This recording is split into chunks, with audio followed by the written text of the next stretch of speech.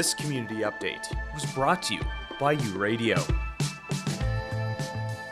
On Wednesday, February 19th and Thursday, February 20th, residents of Winnipeg's Transcona suburb expressed their opinions at an open house for the proposed design of a new recreation center.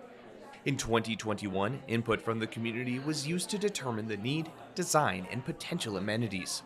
Paul Skotnick, an investment planner with the City of Winnipeg, says one of the most enthusiastic responses was for the proposed aquatic center, which would be Winnipeg's first indoor public pool in over 40 years. Yeah, it's a combination of that really value-added feedback from the community in terms of needing a new amenity, but also our infrastructure is aging.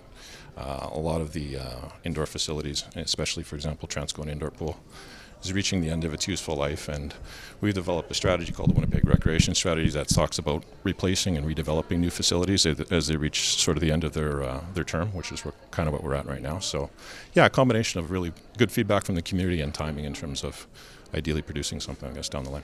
Named east of the Red RecPlex, this sprawling 100,000 square foot facility is set to transform the northwest corner of Transcona Boulevard and Plessis Road, right beside the Transcona Library. The design features a zero-grade entry, indoor skate park, a state-of-the-art gymnasium, and the proposed aquatic center. Due to community feedback, a childcare center has also been included in the plans. In our last round of public engagement in 2021, the community said there's definitely a need, which makes sense. So based on that feedback, we looked at the opportunity to develop that space, which is roughly about 6,800 square feet, and could accommodate about 74 patrons and children. So yeah, obviously there's a need, and it's a good fit in terms of co-locating the facility and having those opportunities with parents and folks who could be using it. Both days at the open house were buzzing with activity. The parking lot was jam-packed, and a steady stream of residents keen to learn more flowed in and out of the Transcona Library. Transcona resident Marlene is incredibly excited about this news. Oh yeah, first indoor pool for more than 40 years. Yeah, so that'll be good because we've lived in Transcona for over 50 some years, and we've really had very little recreational space in Transcona. You know, even today, and what's here is old already, like the Transcona Kinsman Pool and that, they're all old. Ollie McLean, another resident of the community, agrees that a new recreation center is long overdue. I think it's an amazing idea. It's been well needed in this area. We've waited a long time to have something like this, and we actually travel across town to Leela Avenue for the wellness center. And so we were super excited when we heard this was coming, but the start date is so long away.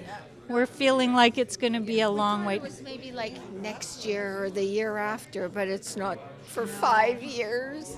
Although many of those who attended the open house were excited and eager for the facility, some remain hesitant about what can all be promised. Sue, another resident of Transcona, wants to know what can be done to ensure this new center will be built. My concern is, where's the money going to come from?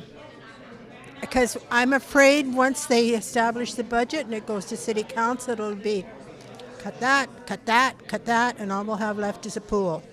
This is an awesome plan. This is awesome for Transcona, and it should happen. But I don't know where the money's going to come from. Skotnick says the next steps for the east of the Red RecPlex is to finalize the preliminary design with a report to Winnipeg City Council with a Class 3 cost estimate. So that'll be costs with information on potential next steps. And then from there, council can make some decisions in terms of potential funding opportunities and considerations. In addition to that, council is also earmarked in future budgets $17 million over the next couple of years, still subject to approval each year. So that's a significant commitment on the part of council. But really, that'd be sort of the direction we'd be waiting for in terms of next steps. It could involve potentially engaging other levels of government for funding to pay for the facility. A rough estimate of a facility at this size is in the ballpark of $89 million. Skotnick adds that they are not looking at reducing or scaling back in any way, with the aquatic components and track in the gym receiving strong support in previous and recent engagement rounds.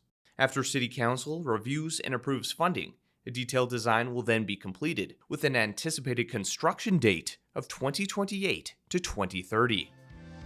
You're listening to U-Radio, where diverse voices connect. Stay tuned for more stories and insights that matter. With U Multicultural and the Local Journalism Initiative, I'm Ryan Funk.